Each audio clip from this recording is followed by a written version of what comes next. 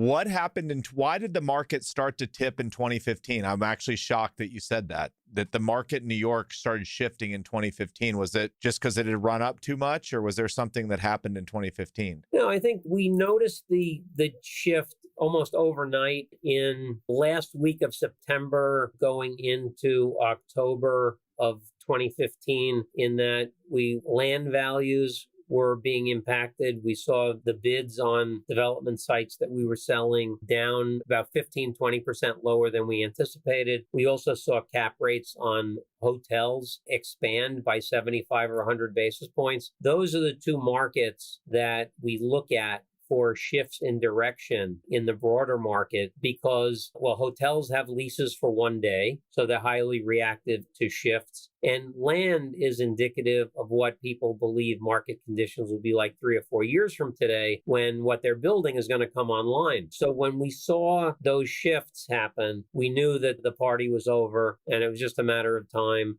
I think the reason for that was that the condo market had run up so substantially. Residential rents had been going through the roof. Everything was just so overinflated. And I think part of the reason, if you look at the up market, really started in 2011 with value appreciating. And by the end of 15, that's only a 5-year period. That's a relatively short cycle. But I think that because real estate had become such a favored asset class relative to other asset classes, that so much money got dumped into the market that it kind of sped things up. And so a typical cycle that might be 7 to 10 years occurred in a much shorter period of time. And then 2016 was the quintessential year in which your market changes direction, in that if you look at that 1 year is a year in which real value and comparable sale value are different from each other, I believe. And to explain that, the market perceives that there's an issue. Most people will not bid what they would bid previously. Some do. So when you look at the transactions that do occur, they take place at the old value. And the sellers who are able to get the old value transact. The sellers who don't get the old value don't transact. And so in that transition year, and it happened in 2016, you had value seem to be going up, even though real value is going down. Value seemed to be going up based on what's sold, but transaction volume falls off the table because most sellers don't transact.